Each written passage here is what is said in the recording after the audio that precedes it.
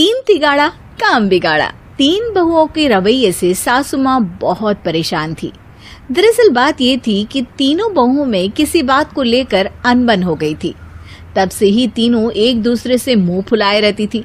ना कोई सीधे मुंह किसी से बात करती, ना किसी का कहना मानती।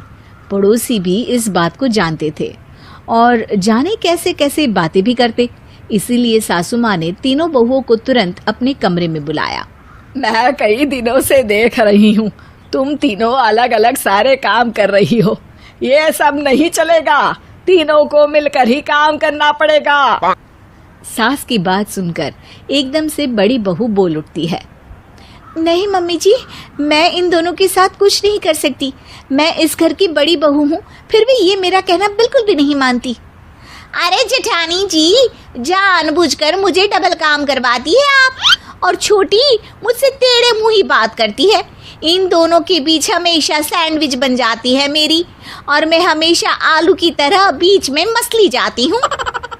मम्मी जी, इन दोनों को लगता है कि मैं छोटी हूँ तो इनके पैरों तले दब जाऊंगी, लेकिन नहीं, मेरा भी उतना ही अधिकार है जितना इन दोनों का है। बढ़िया ही दोनों मेरी चुगली करने के लिए, मुझे क्या कम समझ रखा है। तीनों बहू एक दूसरे से बहस करने लगती है और सास दोबारा ये देखकर टेंशन में आ जाती है और सबसे कहती है, चुप हो जाओ, अब से तुम तीनों सारे काम एक साथ करोगी। आंख बंद करके एक दूसरे की बात सुनोगी। तुम तीनों इस बात को गांठ बांध लो, वरना अगली छुट्टियों में तुम्हारा अपना मायके जाना कैंसिल। सास की बातें सुनकर डर के मारे तीनों हामी भर देती हैं। जी मम्मी जी, मैं समझ गई। हाँ मम्मी जी, जैसा आप कहें। आप जो कहेंगी मैं वही करूंगी। तीनों बहू सास की बात को गांठ बांध लेती है और वादा करती है कि अब से सारे काम वो तीनों एक साथ मिलकर ही करेंगी। ये सब देखकर सास खुश हो जाती है और वहां से चली जाती है। नीचे जाकर वो देखती है कि घर में शर्मा जी आए हुए होते हैं।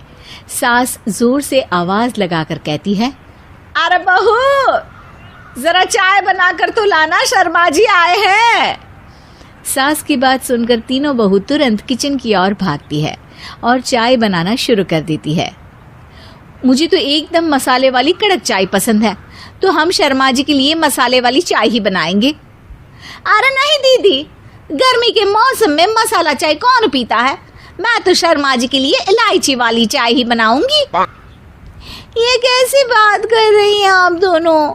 मेरी मम्मी ने सिखाया है कि मेहमान को ज्यादा दूध और शक्कर वाली चाय देनी चाहिए, वरना वो घर वालों को कंजूस समझते हैं। तो मैं तो शर्मा जी को ऐसी ही चाय दूंगी। तीनों बहुएं अपने अपने तरीके से चाय में शक्कर, मसाला, पत्ती सब डाल देती है। उबलने के बाद तीनों मिलकर चाय बाहर लेकर जाती है और शर्मा जी और सासू माँ को देती हैं।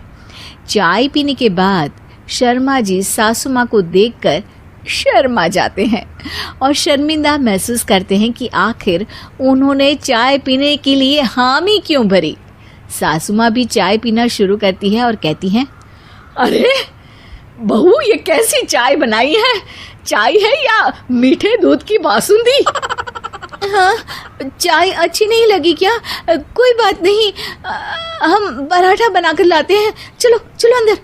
हाँ हाँ चलो। हाँ आती हूँ मैं भी। नहीं, मेरा पेट चाय ने ही चौपट कर दिया, वही काफी है। पराठे से पोपट नहीं करवाना, मैं तो चलता हूँ। शर्मा जी चुपचाप पतली गली से निकल जाते हैं। अगले दिन सास बहुओं से कहती है, अरे बहू, जाओ जाके ऊपर के गेस्ट हाउस की सफाई कर दो।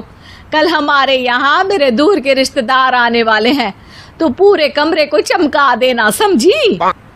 तीनों बहू सास की बात को मानकर ऊपर सफाई करने चली जाती हैं और तीनों कमरे की सफाई चालू कर देती है।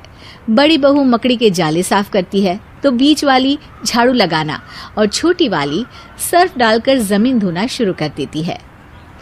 अरे दीदी, जेठानी जी, अभी मैंने पूरी फर्श धोई और आप फिर से धूल नीचे गिरा रही हैं।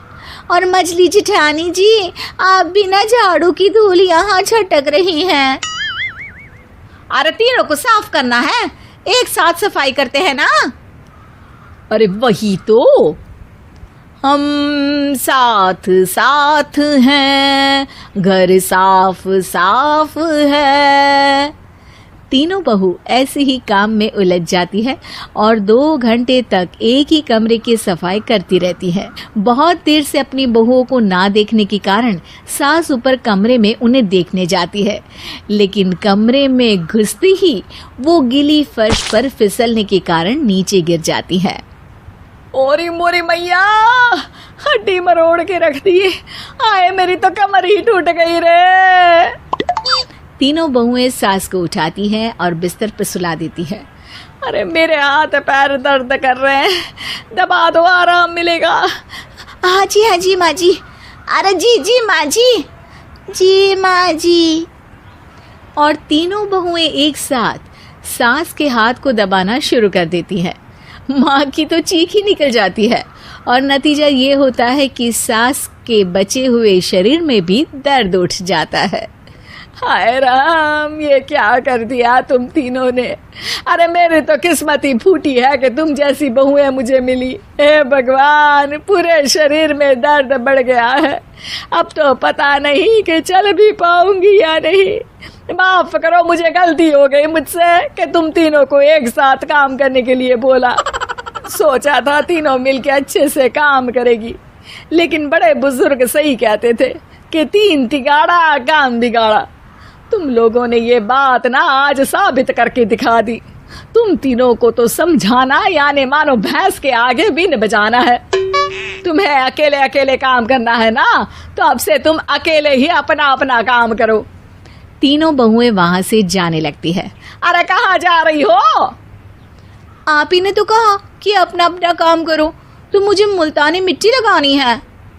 अरे मुझे भी तो नेल पॉलिश लगानी है, मुझे ना मेहंदी लगानी है। सास